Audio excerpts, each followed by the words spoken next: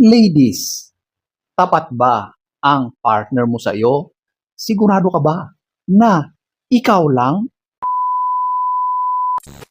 Hello guys. So, ang topic natin for today, eto, mga signs na ang isang lalaki ay babaero. Kung nakaka-relate ka, kung gusto mong malaman ang mga ito, panoorin mo ang video na ito. So, without further ado,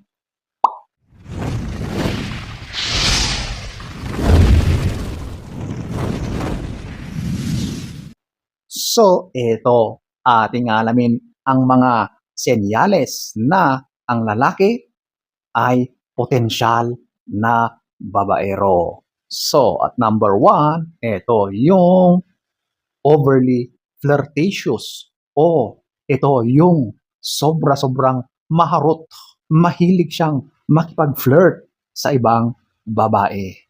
Alam nyo, ang lalaki na may ganyang katangian, yan ang isa sa gustong-gusto niyang ginagawa. Yung talagang malapit siya sa mga babae. At hindi lang malapit, talagang magaling siyang makipag-usap, magaling siyang makipag-biruan, magaling siyang makipagbolahan. At syempre, yung mga discarding chick boy, andyan na yan. Yung mga paghaharot, paglalandi, nako, yan ang mga ginagawa niya. O, di ba? So, kapag napapansin mo sa lalaki na ganyan, sa manliligaw mo or sa partner mo na ganyan ang mga galawan niya, most likely, yan ay isang babaero. Hindi ko sinasabi na kapag tatahi-tahimik ang lalaki ay hindi babaero. Kasi may mga talagang pusakal na ganyan. Pero tatahi-tahimik lang yan. Ika nga, nasa loob ang kulo. Pero kapag gumalaw, talagang suwabeng-suwabe. Hindi yan nagsasalita. Pero nako, delikado pala. Pero madalas, yung mga itong napapansin mo, nakikita mo sa isang lalaki, ito yung isang sign na ito ay isang chick boy, okay? Or babaero. Number one. Number two, ito yung excessive flattery or labis-labis kung makapagpuri. Di ba? Alam mo, yan talaga yung mga galawan or mga pananalitan ng mga lalaki na talagang magaling sa ganyang larangan. Okay? Magaling yang magbitaw ng mga salita na talagang nagugustuhan ng mga kababaihan. Okay? So, kapag napapansin mo sa lalaki na suabe, smooth siya kapag magsalita, kapag yung mga ginagawa niyang pagpupuri sa babae ay halos kinikilig-kilig na yung kausap niya, nako, babaero yan. Kasi yung mga ganitong lalaki, hindi yan nakokontento sa isa. Kumbaga, sa sobrang galing nila, sa kanilang craft, sa kanilang angking galing, sa ganitong larangan, gusto nila na makarami, okay? Kaya kung ikaw yung partner niya, nako, mag-ingat-ingat ka, bantayan mo yan. Kasi sigurado na kapag nakalingat ka, nako, siguradong ibang babae na naman ang kanyang didiskartihan, ang kanyang bibigyan ng pansin, mga pananalita, mga papuri na kaibig-ibig sa ibang babae, di ba? Number two. Number three, ito yung inconsistent availability or ito yung mga pagkakataon na hindi siya available or yung tila ay marami siyang dahilan. Kung kayo ay nasa dating stage, nagliligawan pa lang, or kapag mag-partner na kayo, tapos may mga times na kailangan mo siya, tapos hindi siya available, or kapag meron na kayong napag-usapan, tapos siya, bigla siyang umatras or nagkaroon ng panibagong schedule. Tiyak na may ginagawa yang kakaiba. Oo, kasi alam mo ang lalaki, hindi yan gagawa ng mga ganyang kalakaran, ng mga ganyang gawain. Gusto nga niya magpa-impress, di ba? Kaya hindi pwede, natatanggi.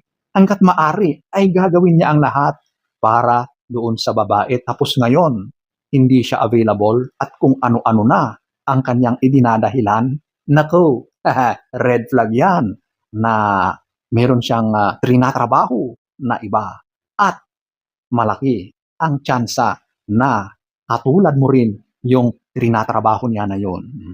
Number 3, number 4, ito yung shady phone habits or ito yung mga galawang cellphone na kaduda-duda. Okay? Alam mo, yung mga lalaki na pusakal sa ganitong larangan, ayan, magaling yan sa kanilang telepono. Kaya kapag napansin mo na kakaiba yung mga galaw niya kapag hawak niya ang kanyang cellphone, sigurado yan, 99.9% yan na may kababalaghan siyang ginagawa. Di ba? Paulit-ulit kong sinasabi na halos lahat ng mga kababalaghan sa relasyon ay nag-uumpisa dyan sa telepono na yan, mapalalaki at babae. Kung may duda ka na sa telepono ng partner mo, trust your instinct, okay? Yun na yun. Siguradong yung pinagkakaabalahan niya sa kanyang telepono ay babae, okay? Number 4. Number 5, ito yung unwillingness to introduce you to his inner circle. Ayaw kanyang ipakilala sa mundong kanyang ginagalawan. Okay? So ito yung mga kaibigan niya, sa mga katrabaho niya, sa kanyang family. Kumbaga, wala kang nalalaman sa kanya, sa side niya. O, bakit ganun? Di ba? Ibig sabihin, sikreto yung relasyon ninyo. Eh, bakit sikreto? Siguro, meron pa siyang ibang babae. Siguro doon. Ngayong oras, ikaw ang kasama niya. Mamaya, iba naman. Bukas, iba ulit. Kaya kapag ayaw kanyang i-introduce o ipakilala sa mga taong nakapaligid sa kanya, sigurado yan na yan ay isang pusakal na babaero. Kasi ano ang dahilan niya? Bakit sikreto ang kanyang pinagmulan, di ba? Doon pa lang, mag-iisip ka na, magtataka ka na, di ba? Number 5. Number 6. Ang banding nyo ay ganon. So, every time na nagkikita kayo, wala na kayong ibang ginawa, kundi yun lang. Yun at parating ganon. Ano ba yun? Yun yung S or yung action, di ba? Simulat sa pool na nagkakilala kayo, wala kayong ibang pinuntahan or ginawa, kundi yan. Hindi man lang kayo namasyal, hindi man lang kayo nag-adventure o gumala, nanood ng sine, kumain sa restaurant, walang ganon. Kumbaga, pumupunta kayo sa isang lugar na doon nyo ginagawa or nag-uubos ng oras, di ba?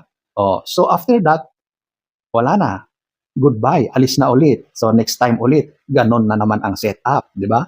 Ibig sabihin, maaring ikaw lang ay isang side chick. Kasi kapag ikaw ang kanyang kaisa-isang babae, talagang dapat iuwi ka niya, ipapasyal ka niya in public, di ba? Proud na proud siya na kasama kayo, nakaakbay ka niya, di ba? Ganun yun. Pero kapag lagi kayong nasa dilim, nako, wala. Siguradong ikaw ay isa sa marami niyang mga karelasyon, okay? Babaero yan. Number 6. So, ayan po ang iilan sa mga senyales na ang lalaki ay babaero. So, sana ay nagustuhan nyo ang ating topic for today. Next story time, don't forget to subscribe.